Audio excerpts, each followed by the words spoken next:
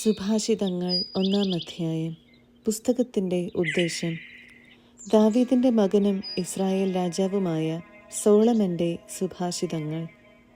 മനുഷ്യർ ജ്ഞാനവും പ്രബോധനവും ഗ്രഹിക്കാനും ഉൾക്കാഴ്ച തരുന്ന വാക്കുകൾ മനസ്സിലാക്കാനും വിവേകപൂർണമായ പെരുമാറ്റം, ധർമ്മം, നീതി, ന്യായം എന്നിവ ശീലിക്കാനും സരളഹൃദയർക്ക് വിവേകവും യുവജനങ്ങൾക്ക് അറിവും വിവേചനാശക്തിയും പ്രദാനം ചെയ്യാനും വിവേകി ശ്രദ്ധിച്ചു കേട്ട് അറിവ് വർദ്ധിപ്പിക്കാനും ധാരണാശക്തിയുള്ളവൻ പഴമൊഴി, അലങ്കാരപ്രയോഗം, ജ്ഞാനികളുടെ സൂക്തങ്ങൾ, അവരുടെ കടങ്കഥകൾ എന്നിവ ഗ്രഹിക്കാൻ തക്ക കഴിവ് നേടാനുമത്രേ ഇവ.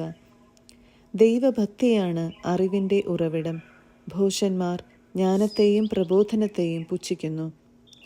ദുഷ്ടസമ്പർക്കം വെടിയുക.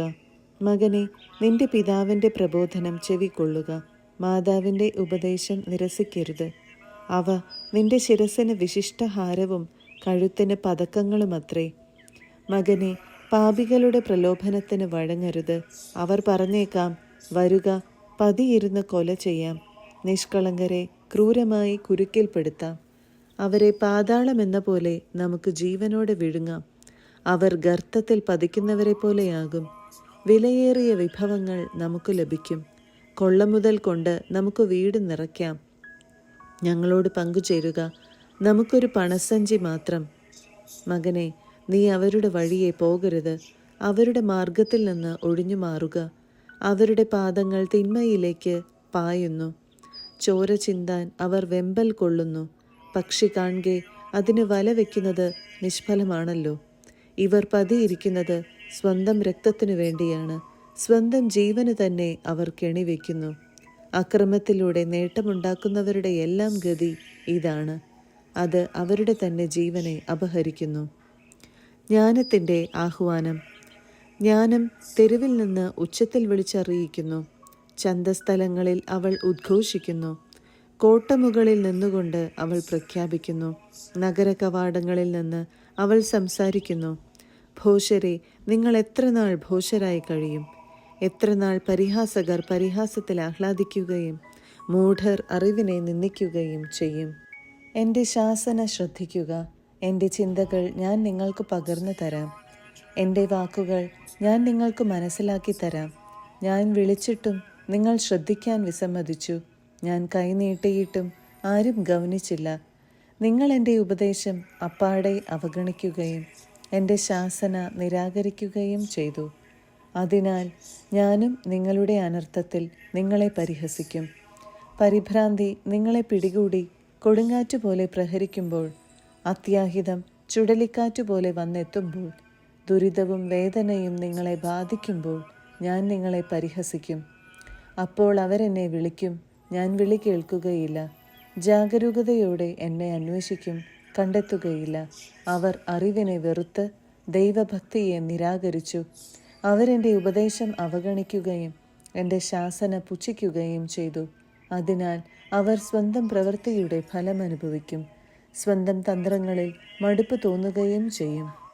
എന്നെ വിട്ടകലുന്നത് മൂലം ശുദ്ധഗതിക്കാർ മൃതിപ്പെടുന്നു. ഭോഷരുടെ അലംഭാവം തങ്ങളെ തന്നെ നശിപ്പിക്കും. എന്നാൽ എൻ്റെ വാക്ക് ശ്രദ്ധിക്കുന്നവൻ സുരക്ഷിതനായിരിക്കും. അവൻ തിന്മയെ ഭയപ്പെടാതെ സ്വസ്ഥനായിരിക്കും. 2-ാം അധ്യായം. ജ്ഞാനത്തിൻ്റെ സദ്ഫലങ്ങൾ. മകനെ, എൻ്റെ വാക്കു കേൾക്കുകയും എൻ്റെ നിയമം കാത്തുസൂക്ഷിക്കുകയും ചെയ്യുക. നീ ജ്ഞാനത്തിന് ചെവി കൊടുക്കുകയും അറിവിൻ്റെ നേരെ നിന്റെ ഹൃദയം ചായിക്കുകയും ചെയ്യുക. പൊരുളറിയാൻ വേണ്ടി കേണപേക്ഷിക്കുക. അറിവിനു വേണ്ടി വിളിച്ചപേക്ഷിക്കുക. നീ അതിനെ വെള്ളി എന്ന പോലെ തേടുകയും നിഗൂഢ നിധി എന്ന പോലെ അന്വേഷിക്കുകയും ചെയ്യുക. അപ്പോൾ നീ ദൈവഭക്തി എന്തെന്ന് ഗ്രഹിക്കുകയും ദൈവത്തെക്കുറിച്ചുള്ള അറിവ് നേടുകയും ചെയ്യും. എന്തെന്നാൽ കർത്താവ് ജ്ഞാനം നൽകുന്നു. അവിടുത്തെ വദനത്തിൽ നിന്ന് അറിവും വിവേകവും പുറപ്പെടുന്നു. അവിടുന്ന് സത്യസന്ധർക്കായി അന്യൂനമായ ജ്ഞാനം കരുതി വയ്ക്കുന്നു. ധർമ്മിഷ്ഠർക്ക് അവിടുന്ന് പരിചയായി വർത്തിക്കുന്നു. അവിടുന്ന് നീതിയുടെ മാർഗങ്ങൾ സംരക്ഷിക്കുന്നു. തൻ്റെ വിശുദ്ധരുടെ വഴി കാത്തുസൂക്ഷിക്കുന്നു. അപ്പോൾ നീ നീതിയും ന്യായവും ധർമ്മവും എല്ലാ നല്ല വഴികളും ഗ്രഹിക്കും. ജ്ഞാനം നിന്റെ ഹൃദയത്തിൽ നിറയുകയും അറിവ് ആത്മാവിനെ ആഹ്ലാദിപ്പിക്കുകയും ചെയ്യും. വിവേചനാശക്തി നിന്നെ കാത്തുകൊള്ളുകയും അറിവ് നിന്നെ സംരക്ഷിക്കുകയും ചെയ്യും. ദുർമാർഗത്തിൽ നിന്നും ദുർഭാഷികളിൽ നിന്നും അത് നിന്നെ മോചിപ്പിക്കും. അവരാകട്ടെ ഇരുളിൻ്റെ വഴികളിൽ ചരിക്കാൻ സത്യസന്ധതയുടെ മാർഗങ്ങൾ ഉപേക്ഷിക്കുന്നു. അവർ തിന്മ ചെയ്യുന്നതിൽ സന്തോഷിക്കുകയും അതിൻ്റെ വൈകൃതത്തിൽ ആഹ്ലാദിക്കുകയും ചെയ്യുന്നു. അവരുടെ വഴികൾ കുടിലമാണ്, അവർ നേർവഴി വിട്ടു നടക്കുന്നു. നീ ദുശ്ചരിതയായ സ്ത്രീയിൽ നിന്ന്, സ്വൈരിണിയുടെ ചാടുവാക്കുകളിൽ നിന്ന് രക്ഷപ്പെടുക. അവൾ തൻ്റെ യൗവനത്തിലെ സഹചരനെ പരിത്യജിക്കുകയും തൻ്റെ ദൈവത്തിൻ്റെ ഉടമ്പടി വിസ്മരിക്കുകയും ചെയ്യുന്നു. അവളുടെ ഭവനം മരണത്തിൽ താഴുന്നു, അവളുടെ പാത നിഴലുകളുടെ ലോകത്തിലേക്ക് നയിക്കുന്നു. അവളുടെ അടുത്തേക്ക് പോകുന്നവർ മടങ്ങി വരുന്നില്ല, ജീവന്റെ വഴികൾ വീണ്ടെടുക്കുന്നുമില്ല. അതിനാൽ നീ സജ്ജനങ്ങളുടെ വഴിയിൽ സഞ്ചരിക്കുക, നീതിമാന്മാരുടെ മാർഗത്തിൽ നിന്ന് വ്യതിചലിക്കരുത്. സത്യസന്ധർ ദേശത്ത് വസിക്കുകയും ധർമ്മിഷ്ഠർ അവിടെ നിലനിൽക്കുകയും ചെയ്യും. ദുഷ്ടരാകട്ടെ ദേശത്തു നിന്ന് വിച്ഛേദിക്കപ്പെടും, വഞ്ചകർ പിഴുതെറിയപ്പെടും. 3-ാം അധ്യായം. കർത്താവിനോട് വിശ്വസ്തത. മകനെ, എൻ്റെ ഉപദേശം വിസ്മരിക്കരുത്. നിന്റെ ഹൃദയം എൻ്റെ കൽപ്പനകൾ പാലിക്കട്ടെ. അവ നിനക്ക് ദീർഘായുസ്സും സമൃദ്ധമായി ഐശ്വര്യവും നൽകും. കരുണയും വിശ്വസ്തതയും നിന്നെ പിരിയാതിരിക്കട്ടെ. അവയെ നിന്റെ കഴുത്തിൽ ധരിക്കുക, ഹൃദയഫലകത്തിൽ രേഖപ്പെടുത്തുകയും ചെയ്യുക. അങ്ങനെ നീ ദൈവത്തിൻ്റെയും മനുഷ്യരുടെയും ദൃഷ്ടിയിൽ പ്രീതിയും സത്കീർത്തിയും നേടും. കർത്താവിൽ പൂർണ്ണ ഹൃദയത്തോടെ വിശ്വാസമർപ്പിക്കുക, സ്വന്തം ബുദ്ധിയെ ആശ്രയിക്കുകയും അരുത്. നിന്റെ എല്ലാ പ്രവൃത്തികളും ദൈവവിചാരത്തോടെയാകട്ടെ. അവിടുന്ന് നിനക്ക് വഴി തെളിച്ചു തരും. ജ്ഞാനിയെന്ന് സ്വയം ഭാവിക്കരുത്. കർത്താവിനെ ഭയപ്പെട്ട് തിന്മയിൽ നിന്ന് അകന്നു മാറുക. അത് നിന്റെ ശരീരത്തിന് ആരോഗ്യവും അസ്ഥികൾക്ക് അനായാസതയും നൽകും. കർത്താവിനെ നിന്റെ സമ്പത്ത് കൊണ്ടും നിന്റെ എല്ലാ ഉത്പന്നങ്ങളുടെയും ആദ്യഫലങ്ങൾ കൊണ്ടും ബഹുമാനിക്കുക. അപ്പോൾ നിന്റെ ധാന്യപ്പുരകൾ സമൃദ്ധി കൊണ്ട് നിറയുകയും നിന്റെ ചക്കുകളിൽ വീഞ്ഞു നിറഞ്ഞു കവിയുകയും ചെയ്യും. കർത്താവിൻ്റെ ശിക്ഷണത്തെ നിന്ദിക്കരുത്, അവിടുത്തെ ശാസനത്തിൽ മടുപ്പ് തോന്നുകയും അരുത്. എന്തെന്നാൽ പിതാവ് പ്രിയപുത്രനെ എന്ന പോലെ കർത്താവ് താൻ സ്നേഹിക്കുന്നവനെ ശാസിക്കുന്നു. ജ്ഞാനം അമൂല്യം. ജ്ഞാനം നേടുന്നവനും അറിവ് ലഭിക്കുന്നവനും ഭാഗ്യവാനാണ്. എന്തെന്നാൽ അതുകൊണ്ടുള്ള നേട്ടം വെള്ളിയെയും സ്വർണത്തെയും കാൾ ശ്രേഷ്ഠമാണ്. അവൾ രത്നങ്ങളെക്കാൾ അമൂല്യയാണ്. നിങ്ങൾ കാക്ഷിക്കുന്നതൊന്നും അവൾക്ക് തുല്യമല്ല. അവളുടെ വലത്തുകൈയിൽ ദീർഘായുസ്സും ഇടത്തുകൈയിൽ സമ്പത്തും ബഹുമതിയും സ്ഥിതി ചെയ്യുന്നു. അവളുടെ മാർഗങ്ങൾ പ്രസന്നവും സമാധാനപൂർണവുമാണ്. അവളെ കൈവശപ്പെടുത്തുന്നവർക്ക് അവൾ ജീവന്റെ വൃക്ഷമാണ്. അവളെ മുറുകെ പിടിക്കുന്നവർ സന്തുഷ്ടരെന്ന് വിളിക്കപ്പെടുന്നു. കർത്താവ് ജ്ഞാനത്താൽ ഭൂമിയെ സ്ഥാപിച്ചു, വിജ്ഞാനത്താൽ ആകാശത്തെ ഉറപ്പിച്ചു. അവിടുത്തെ വിജ്ഞാനത്താൽ സമുദ്രങ്ങൾ പൊട്ടിപ്പുറപ്പെട്ടു, മേഘങ്ങൾ മഞ്ഞു പൊഴിക്കുന്നു. മകനെ, അന്യൂനമായ ജ്ഞാനവും വിവേചന ശക്തിയും പുലർത്തുക. അവ നിന്റെ ദൃഷ്ടിയിൽ നിന്ന് മാഞ്ഞു പോകാതിരിക്കട്ടെ. അവ നിന്റെ ആത്മാവിന് ജീവനും ഖണ്ഡത്തിന് ആഭരണവുമായിരിക്കും. അങ്ങനെ നീ നിന്റെ വഴിയിൽ സുരക്ഷിതനായി നടക്കും, നിന്റെ കാലിടറുകയില്ല. നീ നിർഭയനായിരിക്കും, നിനക്ക് സുഖനിദ്ര ലഭിക്കുകയും ചെയ്യും. അയൽക്കാരനോടുള്ള കടമകൾ. കിടിലം കൊള്ളിക്കുന്ന സംഭവങ്ങൾ കൊണ്ടോ ദുഷ്ടരുടെ നാശം കണ്ടോ നീ ഭയപ്പെടരുത്. കർത്താവ് നിന്റെ ആശ്രയമായിരിക്കും. നിന്റെ കാൽ കുടുക്കിൽപ്പെടാതെ അവിടുന്ന് കാത്തുകൊള്ളും. നിനക്ക് ചെയ്യാൻ കഴിവുള്ള നന്മ അത് ലഭിക്കാൻ അവകാശമുള്ളവർക്ക് നിഷേധിക്കരുത്.